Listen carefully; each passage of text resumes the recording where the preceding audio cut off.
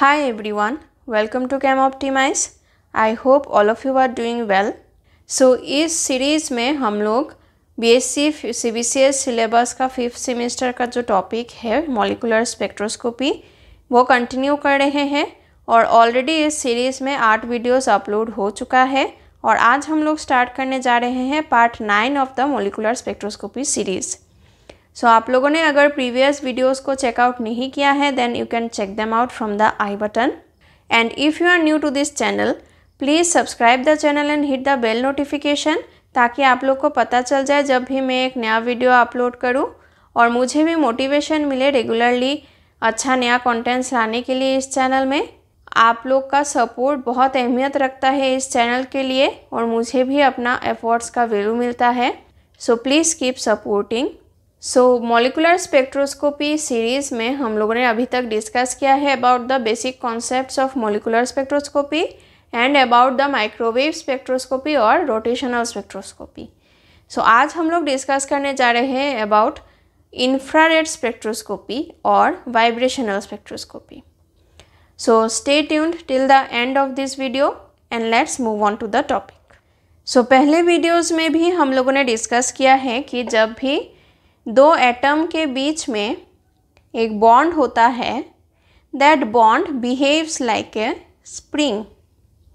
जो एटम हैं वो अपने मीन पोजीशन के अलोंग वाइब्रेशन करता है, वाइब्रेट होता है और ये जो बॉन्ड है वो कंप्रेस भी हो सकता है या फिर इलोंगेट भी हो सकता है।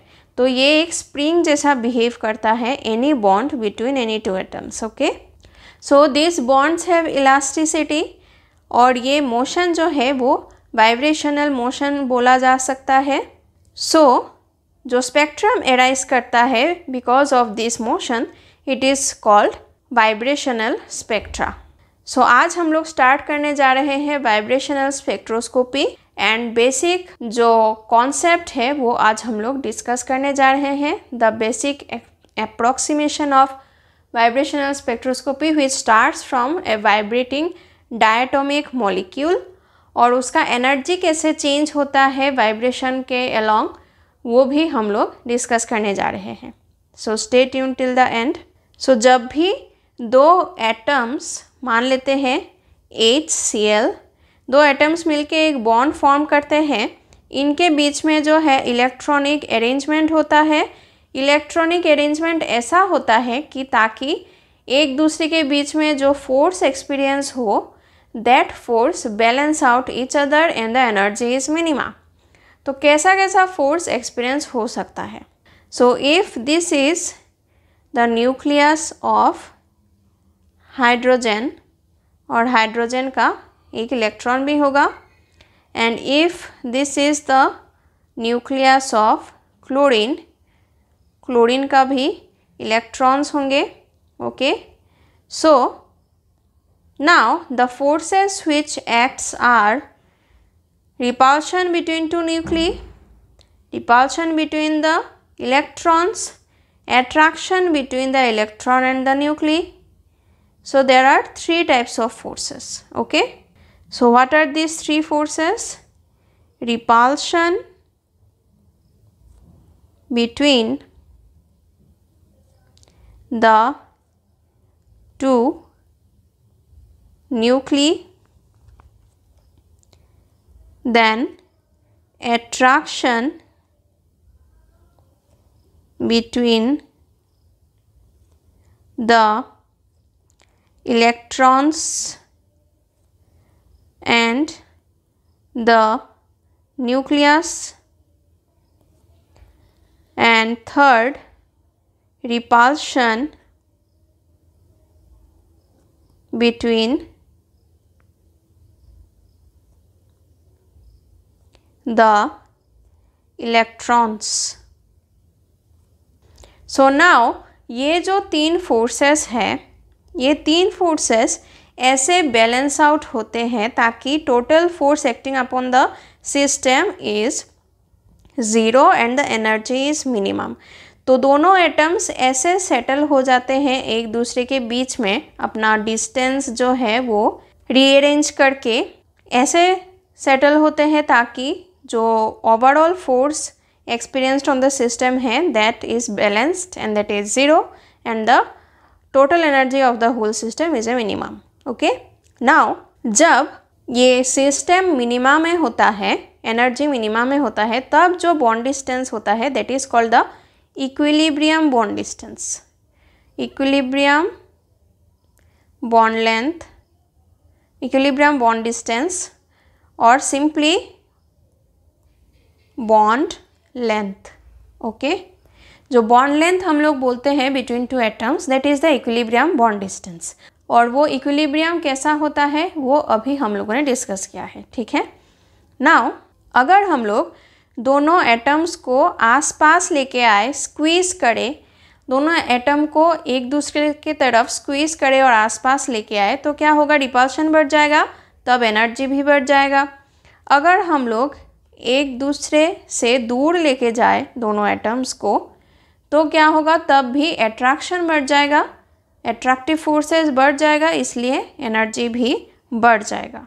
ओके, तो अभी हम लोग फोर्स कैसे एक्ट करता है इस डायटोमिक सिस्टम के ऊपर और एनर्जी कैसे वेरी करता है along with the vibrational motion और variation in the bond distance, वो अभी हम लोग डिस्कस करेंगे। सो यहाँ पे एक प्लॉट है जहाँ पे एक्स एक्सिस में हम लोग प्लॉट कर रहे हैं the internuclear distance in nanometre.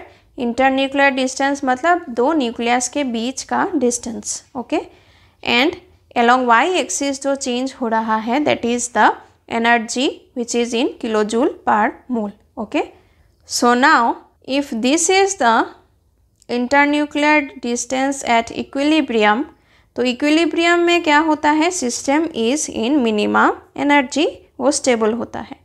सो मान लेते हैं तब इतना डिस्टेंस जो है दैट इज़, अगर हम लोग क्लोरीन को अलॉन्ग y एक्सिस हम लोग फिक्स कर दे तो क्लोरीन एटम अगर यहाँ पे रहे तो हाइड्रोजन एटम को यहाँ पे रहना पड़ेगा and this distance will be the equilibrium bond distance और द बॉन्ड लेंथ। ठीक है, यहाँ पे एनर्जी मिनिमा होगा। बट नाउ अगर हम लोग दोनों एटम को स्क्वीज़ करें, एक दूसरे के आसपास लेके आए, तब एनर्जी बढ़ जाएगा। तो मान लेते हैं क्लोरीन यहाँ पे y एक्सिस में फिक्स है, हाइड्रोजन को हम लोग इसके पास लेके आ रहे हैं तो एनर्जी बढ़ गया है यहाँ पे। तो अभी बॉन्ड डिस्टेंस भी कम हो गया है, इंटरन्यूक्लियर डिस्टेंस भी कम हो गया है, लेकिन एनर्जी बढ़ गया है बिकॉज ऑफ रिपल्शन। अगर हम लोग और भी ज़्यादा पास लेके आए क्लोरीन एटम के हाइड्रोजन एटम को तो और भी रिपल्शन बढ़ जाएगा। इंटरन्यूक्लियर डिस्टेंस यहाँ पे बहुत कम है तो एनर्जी बहुत ज़्यादा हो जाएगा। तो ऐसे करके जो है एनर्जी इंक्रीज़ करता है। नाउ अभी हम लोग क्या करेंगे, हाइड्रोजन को दूर खींच के लेके जाएंगे फ्रॉम द क्लोरीन एटम। तो क्लोरीन एटम से हम लोग हाइड्रोजन को दूर लेके जा रहे हैं, मान लेते हैं यहाँ पे कहीं। तो this is the internuclear distance now, but now attractive forces dominate. तो ज़्यादा एट्रैक्टिव फोर्सेस होने के कारण क्या होगा, एनर्जी फिर से बढ़ जाएगा। अगर हम लोग और भी दूर लेके जाए, मान लेते हैं यहाँ पे हाइड्रोजन एटम को, then now this is the internuclear distance. तो अभी और भी ज़्यादा बढ़ चुका है energy because of very high attractive force. So अभी एनर्जी जो है ऐसे बढ़ रहा है। सो ये एनर्जी जो है ये एक पैराबोलिक फॉर्म ले लेता है because of this spring motion and due to this compression और एक्सटेंशन ऑफ द बॉन्ड, ये एक स्प्रिंग के जैसा बिहेव करता है। हम लोग स्प्रिंग का एनालॉजी यहाँ पे दे सकते हैं for this bond compression and bond elongation. So minima जो है, जहाँ पे एनर्जी मिनिमम है जिस इंटरन्यूक्लियर डिस्टेंस में, this that is called the equilibrium distance, equilibrium distance और आर EQ। ओके, और simply this is called the bond length. Okay, so क्योंकि ये एक स्प्रिंग के जैसा बिहेव करता है, so it obeys Hooke's law. So we can write according to Hooke's law, F equals to minus K R minus R equilibrium, where F is the restoring force. What is the restoring force here? जब हम लोग इस bond को elongate कर रहे हैं, एक दूसरे के रेस्पेक्ट में जब हम लोग खींच के दूर लेके जा रहे हैं, तब क्या हो रहा है? एट्रैक्टिव फोर्स डोमिनेट कर रहा है। एट्रैक्टिव फोर्स डोमिनेट करके दोनों एटम्स को आसपास लेके आने का कोशिश कर रहा है। So that is the restoring force. Again जब हम लोग दोनों एटम को बहुत आसपास लेके आ रहे हैं तो रिपल्सिव फोर्स डोमिनेट कर रहा है। तो अकॉर्डिंग टू रिपल्सिव फोर्स ये दोनों तब एक दूसरे से दूर चले जाएंगे, ताकि दूर जाके एक पोजीशन में जाके सेटल डाउन हो जाएंगे जहाँ पे जो फोर्सेस है they balance out each other and the energy is minimum. So that force which acts upon the system that is called the restoring force. And K is known as the force constant. Okay, R is the internuclear distance. Okay, and Req is the equilibrium distance or the bond length. Okay, now in this case जो energy है for this parabolic curve वो एक mathematical form लेता है like this, E equals to half of K into R minus R equilibrium whole thing square. ठीक है, so this model is known as the simple harmonic oscillator model.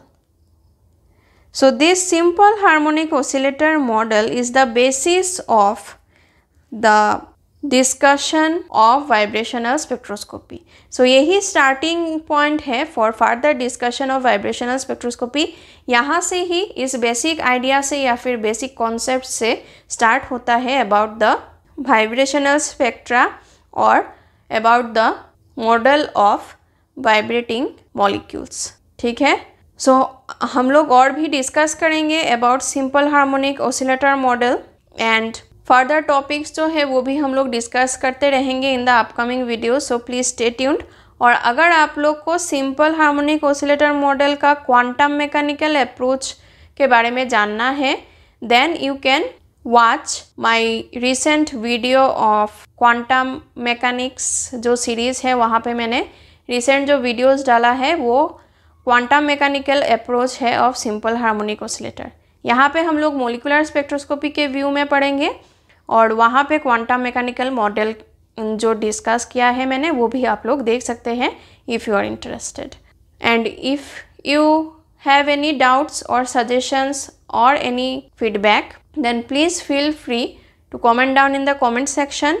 I'll be very glad to address them. And आपको इस lecture का PDF notes description box में मिल जाएगा. And for more information and regular updates आप इस channel को follow कर सकते हैं इन Facebook and Telegram. Thank you so much for watching.